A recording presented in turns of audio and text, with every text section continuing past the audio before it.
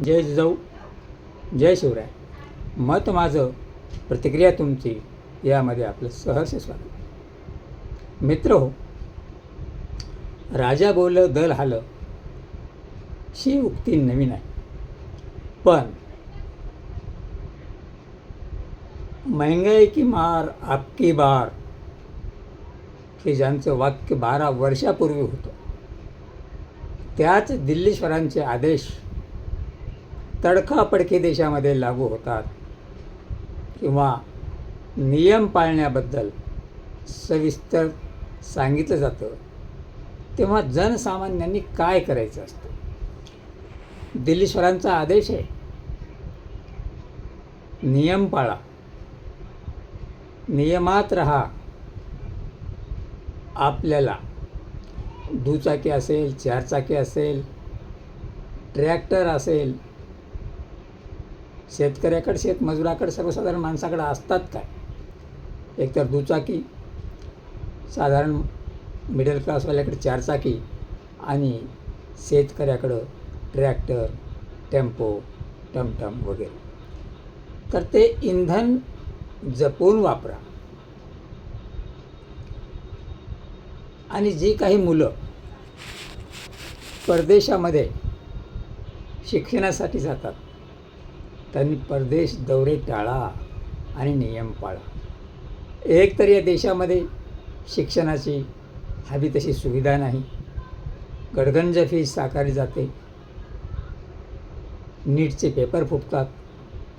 कितीही मार्क घेतले तरी एका सेंटरवर सर्व विद्यार्थ्यांना समान मार्क पडतात.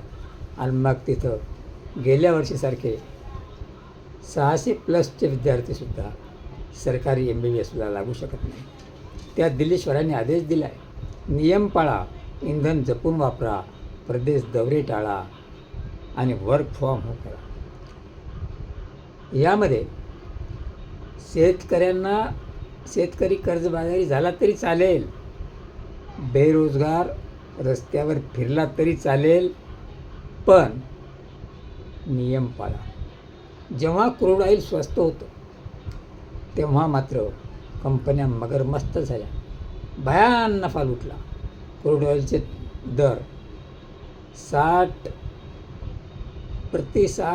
प्रति बॅरल $60 होते. तेव्हाही पेट्रोल डिझेलचे दर 100-110 होते. आणि आज जेव्हा क्रूड ऑइलचे दर $100 गेलेत, तेव्हा मात्र दिल्लीश्वर म्हणत आहेत की कंपन्यांना तोटा होतोय.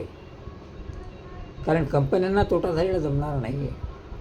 कंपन्यांनी नफा कितीही कमवला तरी तो सांगायचा नसतो, पण तोटा झाल्यावर मात्र त्याचा भार तुमच्या आमच्यावर, जनसामान्यावर लगेच टाकायचा असतो. त्याचं कारण तसंच आहे. आदेश अमेरिकेचा आहे आणि तो पाळावाच लागेल ना. कारण आदेशच असा आहे की भारतामध्ये तुम्ही शिकवण देशभक्तीची द्या, जातीमध्ये तणाव निर्माण करा, धर्मामध्ये भांडणं लावा, काहीही करा, पण नियम पाळा. निवडणुकीआधी सत्तेसाठी रेवडी वाटप करा. निवडणूक जिंकण्यासाठी धर्मामध्ये बटेंगे तो कटेंगेचे नारे लावा. एक है तो सेफ है ह्या घोषणा करा. आणि निवडणुकीमध्ये तुम्ही हजारोंच्या वाहनाची ताफे घेऊन रॅली, सभा, सगळं काही आयोजित करा. तेव्हा सगळं आलबेल असतं. त्या निवडणुकीच्या अगोदर युद्ध सुरू झालेलं असतं, पण तेव्हा आर्थिक चणचण नसते. कारण हा पैसा त्यांना निवडणुकीत वापरायचा असतो. आणि निवडणुका संपल्याबरोबर आज शेतकऱ्यांना बियाणं खरेदी करायचं आहे, औषधी खरेदी करायची आहे, खतं खरेदी करायची आहेत, आणि त्यांच्याकडे जो तुटपुंजा माल आहे, चना असेल, मका असेल, हळद असेल, ती विकली तरी बँकेतून त्यांना नगद पैसे मिळत नाहीत. बँकवाले सरळ सांगतात, रिझर्व्ह बँक पैसाच द्यायला तयार नाही, त्यामुळं शेतकऱ्यांना पैसे मिळणार नाही. म्हणजे शेतकरी कर्जबाजारी झाला तरी चालेल, बेरोजगार रस्त्यावर फिरला तरी चालेल, पण तुम्ही मात्र नियमात राहा. आम्ही सांगू तो नियम. तिसरी गोष्ट, कोरोनासारखं वर्क फ्रॉम होम आहे. वर्क फ्रॉम होम म्हणजे काय? ज्या नोकऱ्या आहेत त्या जाणार आहेत, आणि ज्या तरुणांना नोकरी हवी आहे त्यांना ती मिळणार नाही. तेव्हा जे नोकरीवर आहेत तेही म्हणतात मी आज जात्यात आहे, पण तू सुपात आहेस. माझ्या पाठीमागं तुला याच्यातून जायचं आहे, कारण आज माझ्या नोकरीवर जी टांगती तलवार आहे ती उद्या तुला मिळणारच नाही. म्हणूनच वर्क फ्रॉम होमचा आदेश पाळा.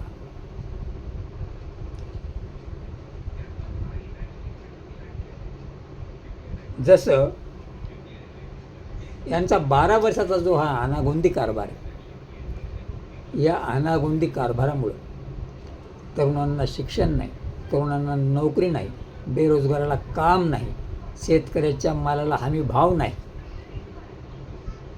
पण शेतकऱ्याचा तोटा झाला तरी चालेल, तरुण बेरोजगार झाला तरी चालेल, पण कंपनीचा तोटा होता कामा नये.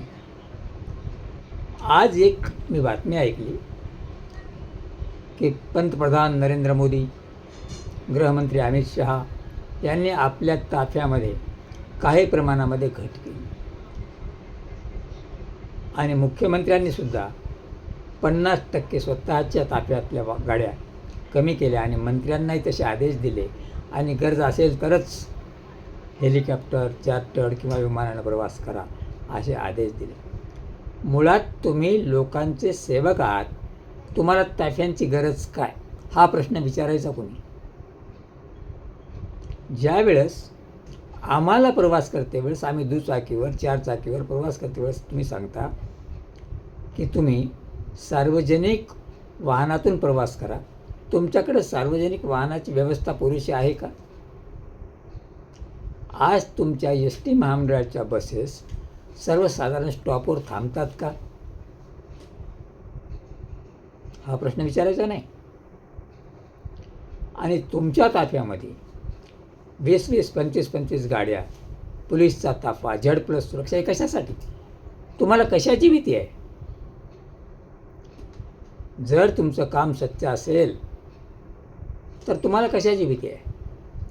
कुठं होती महात्मा गांधीला Z+ सुरक्षा? कुठं होती नेताजी सुभाषचंद्र बोसला सुरक्षा? कुठं होती छत्रपतीला सुरक्षा? संभाजीराजेला सुरक्षा होती का? पण तुमच्यासाठी, तुम्हाला परदेश दौरे करण्यासाठीही बंधन नाही, तुम्हाला कुठलंच बंधन नाही. आणि म्हणता खाद्यतेल. आता हा झाला एक क्रूड ऑइलचा प्रश्न. खाद्यतेल जपून वापरा. तुम्ही जे जेवता त्याचा व्हिडिओ टाकाल का? तुम्ही रोज किती खात होते, आता किती खाता, याचं लाईव्ह दर्शन आम्हाला द्याल का? म्हणजे सर्वसामान्यांनी पोटालासुद्धा खाऊ नये, शेतात बी बियाणं घेऊ नये. आता काय सांगितलं की आपल्याला रासायनिक खतं परदेशातून आणावी लागतात, म्हणून नैसर्गिक शेती करा, जेणेकरून होणारं उत्पन्न जे एकरी 10 क्विंटल आहे ते 2 क्विंटल आलं पाहिजे. म्हणजे आणखी शेतकरी हा कर्जबाजारी झाला पाहिजे. आता नव्यानं आपण फर्टिलायझर, रासायनिक खतं बाहेरून आणतो का? यापूर्वी ज्या काँग्रेसच्या नावानं तुम्ही बोंबलत होता, त्या काँग्रेसनं कधी 65-70 वर्षामध्ये सांगितलं नाही, पण तुमच्याच काळात हे सांगितलं जातं. आम्ही छानपैकी चुलीवर स्वयंपाक करत होतो. तुमची उज्ज्वला गॅस योजना आली, मागेल त्याला गॅस योजना आली, आणि आता गॅस वापरू नका, चुलीवर स्वयंपाक करा, इंधन बचत करा. हे कशासाठी? सर्वसामान्यासाठी. तुमच्यासाठी सगळी सूट आणि पैशांची लयलूट. वारे दिल्लीश्वर, काय आदेश तुमचा? दिल्लीश्वराचा आदेश, नियम पाळा, प्रवास टाळा, सोन्यापासून कोसो दूर राहा. सुवर्णकार मेले तरी चालतील, त्याच्या हाताखालचे करोडो तरुण ज्यांना त्या कला कुचरीतून रोजगार मिळतो, त्यांची लेकरं बाळं मेली तरी चालतील, पण सोन्यापासून दूर राहा. उद्या पुरुषोत्तम मास आलेला आहे, अधिक मास आलेला आहे, धोंड्याचा महिना आलेला आहे. हिंदू तो स्वतःला हिंदू म्हणून घेता हिंदू संस्कृतीमध्ये जावयाला सोनं दान करतात, लेकीला सोनं दान करतात, सोन्याचे धोंडे देतात, चांदीचे देतात. त्या सोन्यापासून लांब राहा. तुम्ही एका दिवसात 6% कर 15% सोन्यावर वाढविला म्हणजे एका दिवसात तुम्ही सोनं 12 ते 15 हजारांनी महाग केलं, चांदी 20 ते 30 हजारांनी महाग केली. ही तुमची नियत आणि ही तुमची नीती. सत्तेसाठी योजना आणायला तुमच्याकडे पैसा असतो, पण गोरगरिबाच्या कल्याणासाठी मात्र नाही. ही हुकुमशाहीची नांदी नाही का? काय वाटतं मित्र तुम्हाला? हे नियम यांच्यासाठी की तुम्हा आम्हासाठी? हा व्हिडिओ पटला तर लाईक, शेअर आणि सबस्क्राईब करा आणि जास्तीत जास्त लोकांपर्यंत पोचवा. यांची सत्तेची मगरुरी लोकांना कळू द्या. नियम तुमच्या आमच्यासाठी, शे मात्र तूप पोळीसाठी. असंच थांबतो.